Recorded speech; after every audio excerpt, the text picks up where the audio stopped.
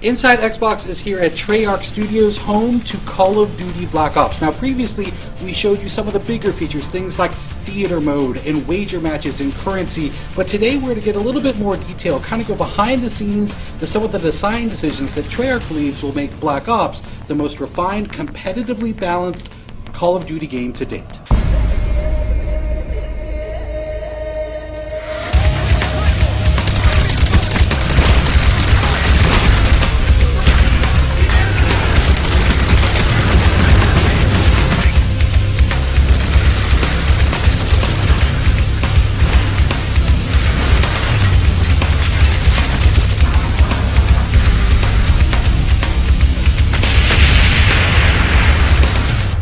One of the great things about having such a large community of players playing our game is that it isn't very difficult for us to hear when fans do not like something about our game or they do like something about our game. All we have to do is listen, and we are listening.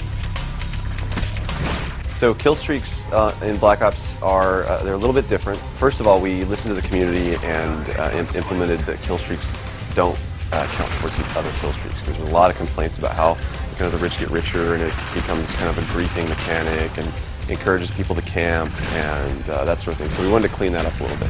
Secondary to that is that we wanted to make kill streaks feel more interactive. We didn't want to just do the fire and forget kind of thing where you just hit the button and go, because then there's no really risk reward there for the player. All of our kill streaks have some aspect of interactivity to them, whether it's the attack chopper picking a spot in the map where it goes and hovers rather than just letting it go and circle around the map.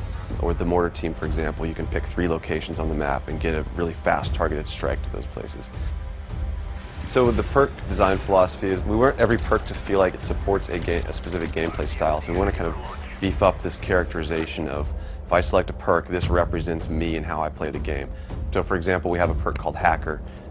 Hacker is similar to some of the perks in previous Call of Duty games where they let you see enemy deployed equipment in the world. The difference with Hacker is that you actually can go up to enemy equipment now and hack it so that it turns to your team, and the guy who owns that piece of equipment won't know that you've done that. One of the big changes that we're making in Black Ops multiplayer is that your perk 1 slot is what determines what your character model is. For example, Flak Jacket is one of them. Flak Jacket decreases explosive damage, so the character model is all beefed up. He's kind of, inspired by that bomb diffuser kind of guy with padding and extra elbow pads and knee pads and helmet. So you can tell from a distance at a glance that guy has Flak Jacket as one of his perk 1 slot selections. And if you throw a grenade, he's probably not gonna die from the grenade. A lot of suggestions made it in from the community, starting from those objective icons, the A and B icon. They'll fade away if you're about to go over them, so no longer are they getting in your way when you're trying to shoot. Shotguns are primary weapons now again, so something like a shotgun is so lethal, it should behave like a shotgun, so it needs to be in that primary weapon slot. We have the grid coordinates on the overhead map, so whether you pull up your pause menu or in the top left corner, so it's going to be very, very easy for you to call out exactly where action is happening. Instead of having to say, oh, he's over by grandma's house, you can now say, oh yeah, he's in quadrant D, 3. We take suggestions from all sorts of our sub-communities. Another one is this whole new core movement mechanic called diving to prone. So it's something that we found was very interesting. It's used best for evasive and defensive maneuvers, but it really we needed to make sure we balanced that, because we understand that drop shotting is a frustrating thing to some people.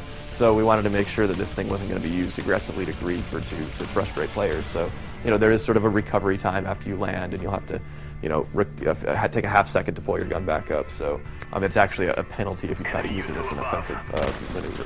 Little subtle things to the game that I think the fans are really going to like. We hope you've enjoyed our in-depth look at what it takes to put together the multiplayer for a game like Call of Duty Black Ops. Thanks everyone for watching Inside Xbox. It's too close, fight hard.